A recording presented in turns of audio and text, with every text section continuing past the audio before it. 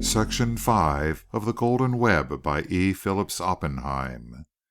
Book 1, Chapter 5. A Debt Incurred.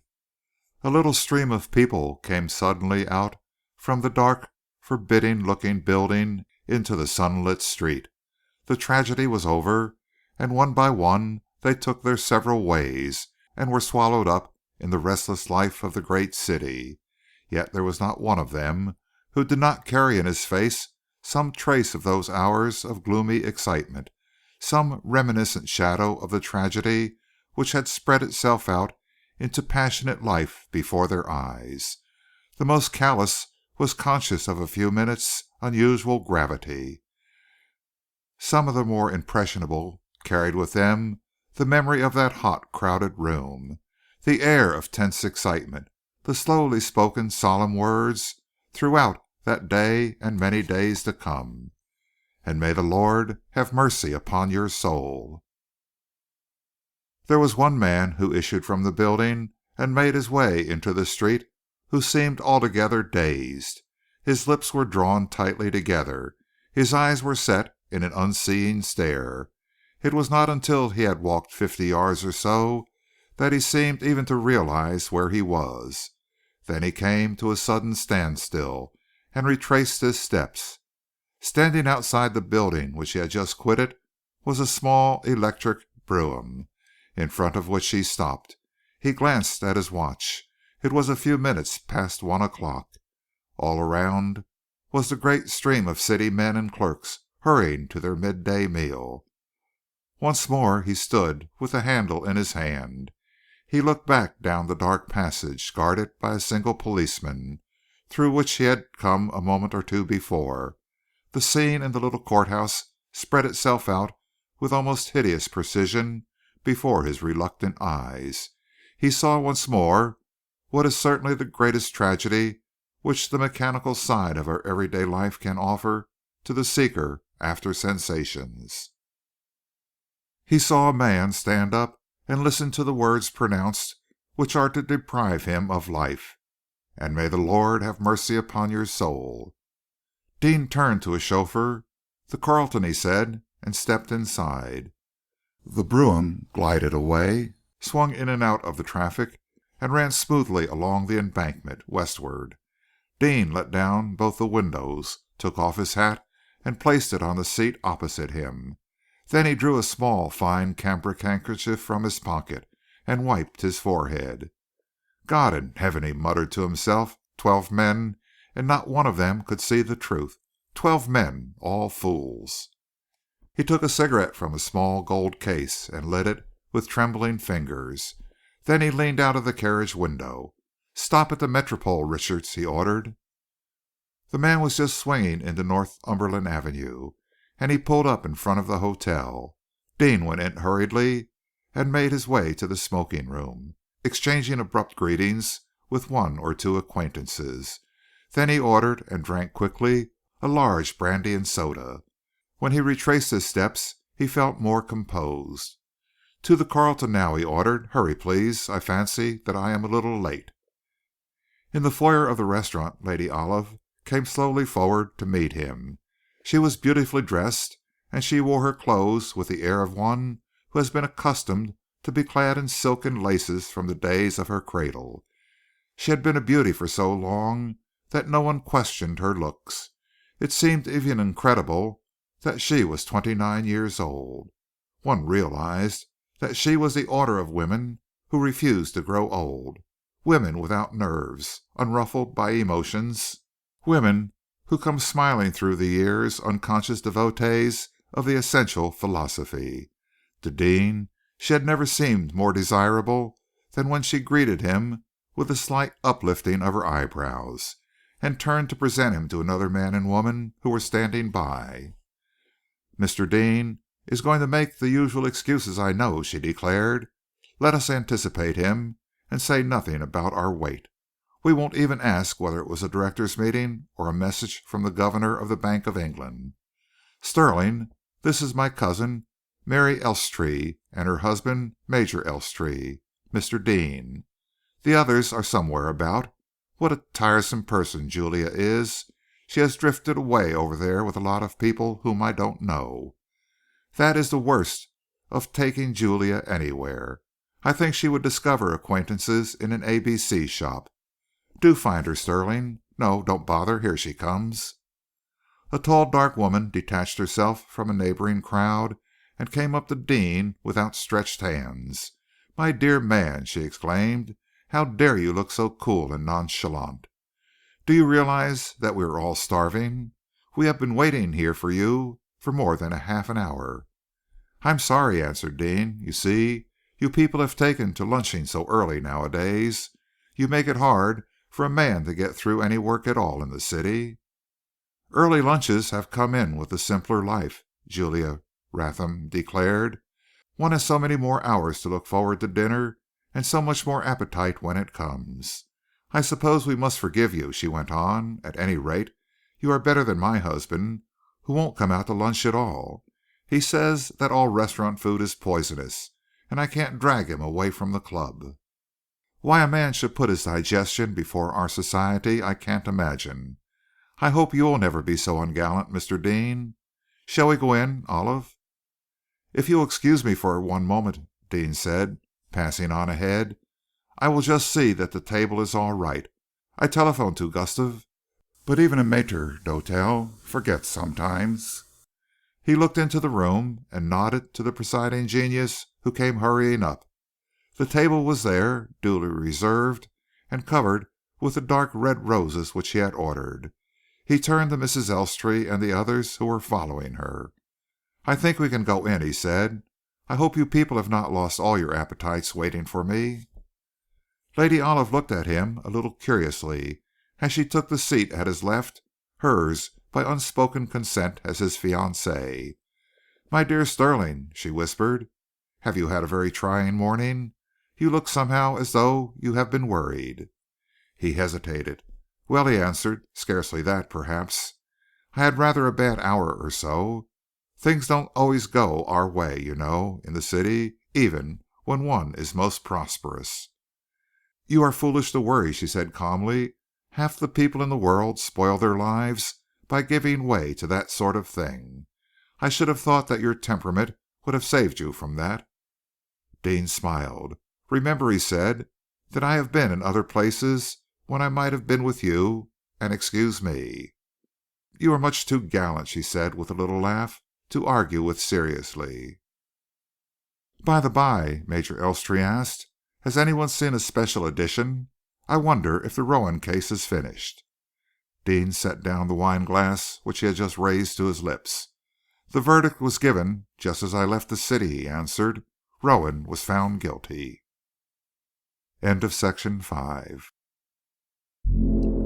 Section 6 of The Golden Web by E.Phillips Oppenheim. Book 1, Chapter 6, An Imperious Demand. There was a little murmur of interest. On the whole, although the result of the trial had seemed fairly certain, everyone was surprised. "Guilty of murder or manslaughter?" Major Elstree asked. "Of murder," answered Deane. "There was not even a recommendation to mercy." Lady Olive looked reproachfully at him. "My dear Stirling, you really shouldn't have told us at lunch time. If I hadn't been so very hungry, I'm sure it would have taken my appetite away.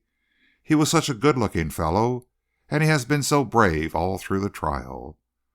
"Brave or callous, do you think?" Major Elstree asked. "Brave, I think," Julia Raham declared, leaning forward in her place. "I went to the trial the first day. He followed every question that was asked, and he was always making suggestions to his solicitor. I think when one understands like that, when one's intellect is working all the time, that you cannot call it callousness." "I agree with you," Lady Olive declared. "I was there myself, and except that he looked so ill, he seemed quite indifferent and absolutely free from nervousness. Yet I am quite sure that he realized his position. My dear Stirling, how thoughtful of you to remember the homard américain. I adore hot lobster, don't you, Julia?" "Delicious," Julia murmured.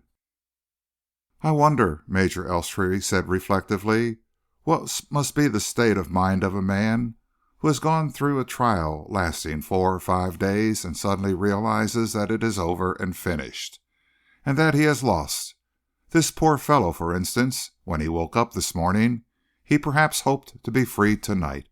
Things went altogether his way yesterday, and instead of being free, he has been taken back to his cell and knows even at this minute he is realizing that he will never leave it again until he leaves it to die.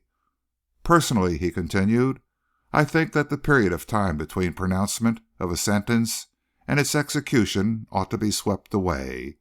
I cannot imagine anything more horrible, especially to a man who has to spend the long nights alone, with that one thought racking his brain. Lady Olive laid down her fork. My dear Harry, she declared, do be a little bit more considerate. How are we to enjoy our luncheon if we think of that poor man? Major Elstree bowed across the table. I forgot, he said. Let us enjoy our luncheon by all means. At the same time, I am going to drink my first glass of wine to a reprieve. We won't discuss the question of whether he deserves it or not. We will talk instead, if you like, of Directory gowns and Flying Star's chance for the Gold Cup. But I drink my toast. You are very quiet, Stirling, Lady Olive murmured to the man who sat by her side. Deane smiled at her. I'm afraid that sometimes when I come away from a maze of figures, my brain, or at any rate my tongue, is not so nimble as it should be. I'll keep pace with you all presently.